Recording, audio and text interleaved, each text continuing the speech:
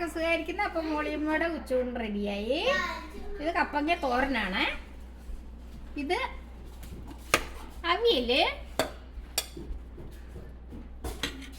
ഇത് മത്തിക്കറി. നോക്കിക്കേ, നമ്മുടെ നാട്ടിൽ എല്ലാവരും പറയുന്നുണ്ട് മീനും മത്തിയും ഒന്നും കിട്ടില്ലെന്ന്. അപ്പോൾ ഇവിടെ ഇഷ്ടംപോലെ മത്തി മീനെല്ലാം കിട്ടുള്ളൂ. ഇതിപ്പോൾ ദേ മത്തി വറുത്തത്.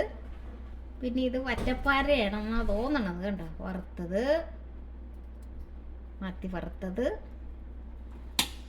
അപ്പോൾ അങ്ങനെ എത്ര പറയുമ്പോൾ ഭക്ഷണം കഴിക്കാൻ പോവാണ്. ഓരോരുത്തരും ഭക്ഷണം കഴിഞ്ഞ് ഐസ്ക്രീം മേടിച്ച് തിന്നിച്ചിരിക്കുകയാണ്.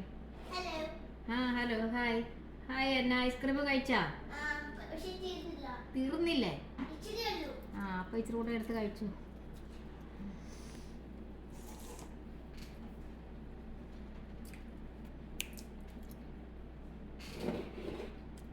പിന്നെ നമ്മുടെ എല്ലാ ദിവസവും ഉള്ളതാണ് സാലഡ്.